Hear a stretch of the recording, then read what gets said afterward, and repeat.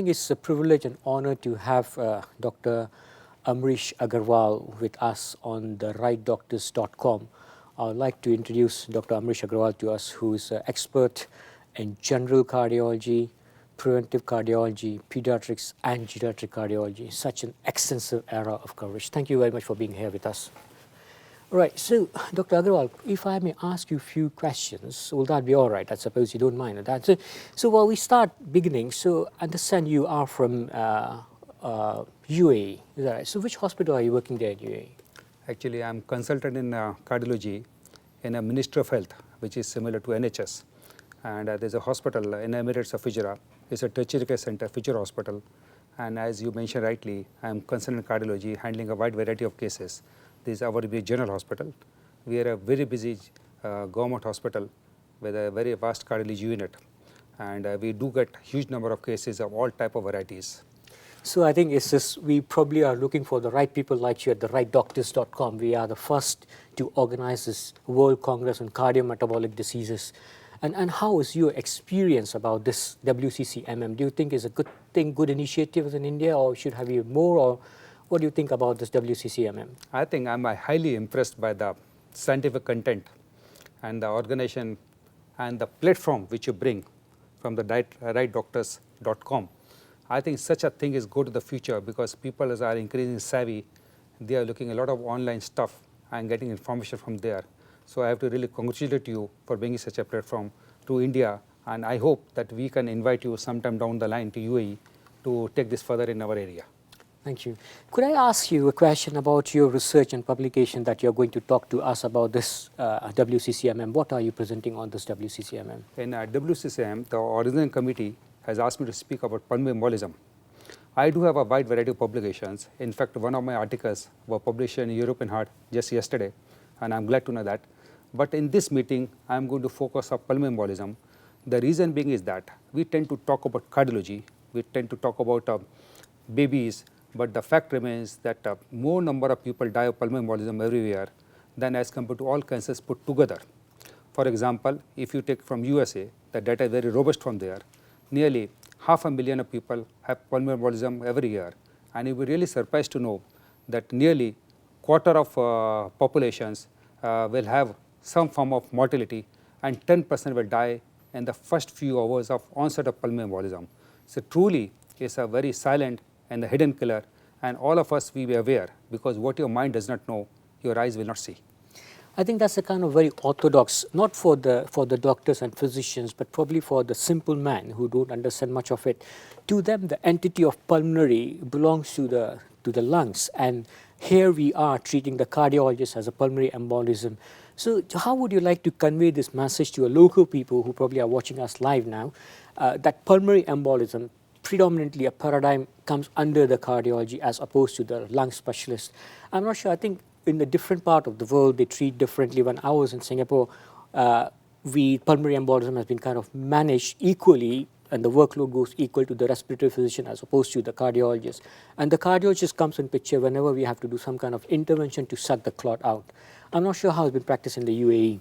In UAE, we have a small different way of practice. For example, a person who has got only DVT, it comes under the purview of vascular surgeons, not physicians, not cardiologists, not general surgeons, but vascular surgeons, because it is a disease of a vascular tree or the venous side.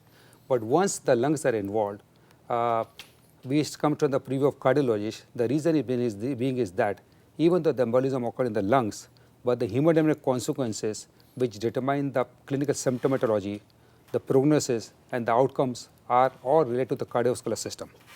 And for that matter, the therapeutic plan, anticoagulation, thrombolysis, and the aspirations are more comfortable with the cardiologist than with any other specialties I can think of. So we are in our hospital, and at least in the whole, we can say, of the Ministry of Health hospitals in UAE, pulmonary embolisms are primarily treated by the cardiologist. So the message basically given to local people, the pulmonary embolism remains the disease, should come under the cardiologist as opposed to any other subspecialty. You have rightly put it. Unless it is starting from the DVT. Yes. Okay, that's very good. That's, I think, very. I would like to ask you a simple question. It's like about your summary, or rather the kind of key points that I should give it to the local people about the pulmonary embolism. Where do you treat, how do you treat, and what is the way of moving forward, or rather including the investigation also? So, if I will tailor it to the audience, that which is the mainly a general public, I can tell you, if you have a shortness of breath and you are not having a cardiac problem in the background, if you have a chest pain, if you have a shortness of breath, and particularly if such a thing is preceded by some form of swelling of the feet, particularly swelling of the feet which is asymmetrical only on the one leg, think about pulmonary embolism. If you have traveled a long journey which you have at least involves few hours of immobilization, sitting on the aeroplane seat, sitting on the bus seat, and you have shortness of breath, please do not ignore it. Do consult your cardiologist or do consult a good internal medicine doctor who have this high index of suspicion.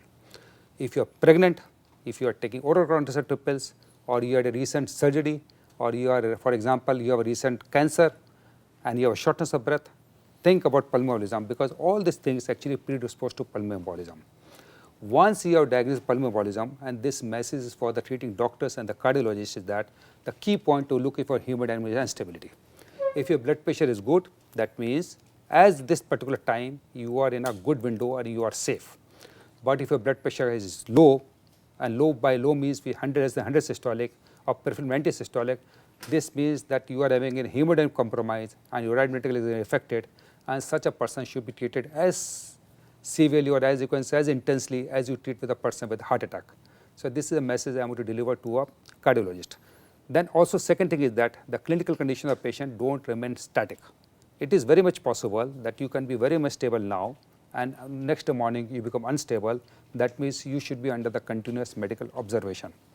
And I will not really go now in details about what treatment modalities, but I can tell you there are so many good ways you can give clot busters to dissolve the clot, or for that matter nowadays in our hospital and many hospitals we do have catheters which can reach the pulmonary arteries. It is a not very complex procedure and can really suck out the clot, or can really fragment the clot by using ultrasound and so many methodologies.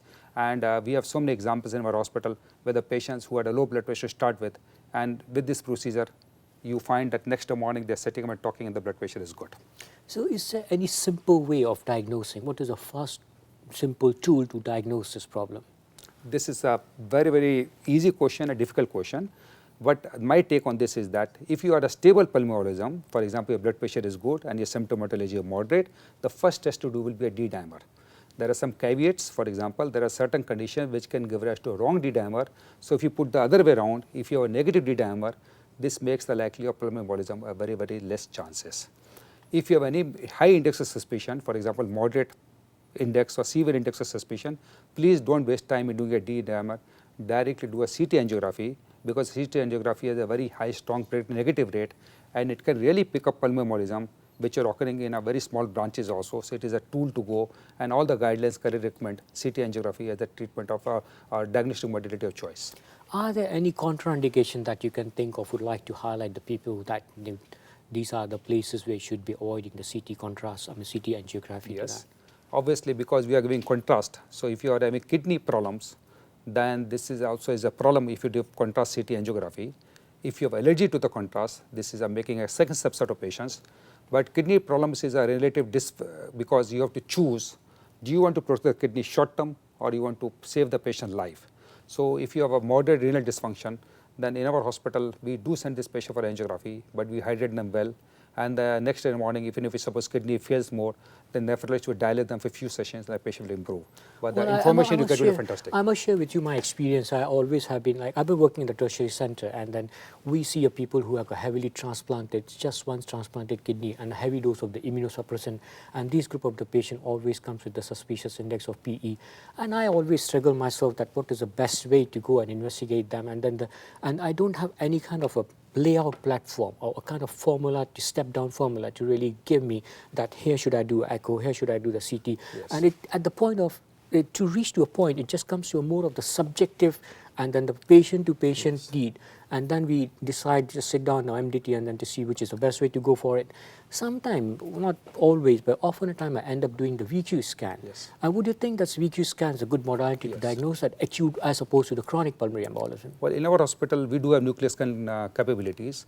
So, in our hospital perfusion lung study we do not do the ventilation scan, but the perfusional, just a plain simple perfusional lung scan can be extremely helpful. For example, a negative perfusional lung scan rules out a significant pulmonary embolism. But it can be subject to sometimes false positive, but like you said, if you cannot do a CT angiography, you look for other tools. Yeah. The one tool is perfusional lung study, and second tool, which we used to use a lot, not so much commonly, is a bedside echocardiography. The reason is that if your bedside echocardiography, And what you look for in echo then? yes, for the echo, we actually tend to look on the right side of the heart. And in my lecture tomorrow, I'm going to show a lot of cases. And So the we should echo, be looking forward for the new talks Yes. coming up by Dr. Agrawal itself, none other than Dr. Amrish Agrawal on pulmonary embolism.